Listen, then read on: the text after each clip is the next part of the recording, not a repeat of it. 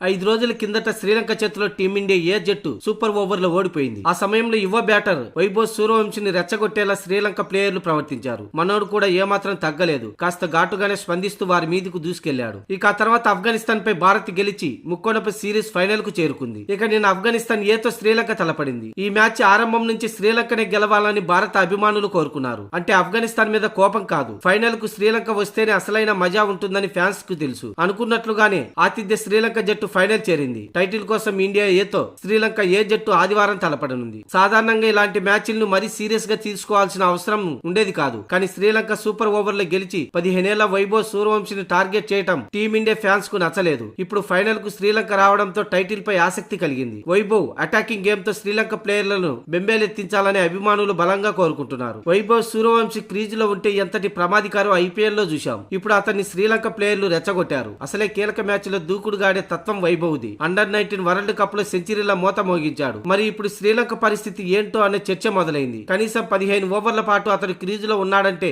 విధ్వంసమే సృష్టిస్తాడు. అప్పుడు లంక ఆటగాళ్లు అప్పుడెంత తప్పు చేశామో అని అనుకోక మానరేమో.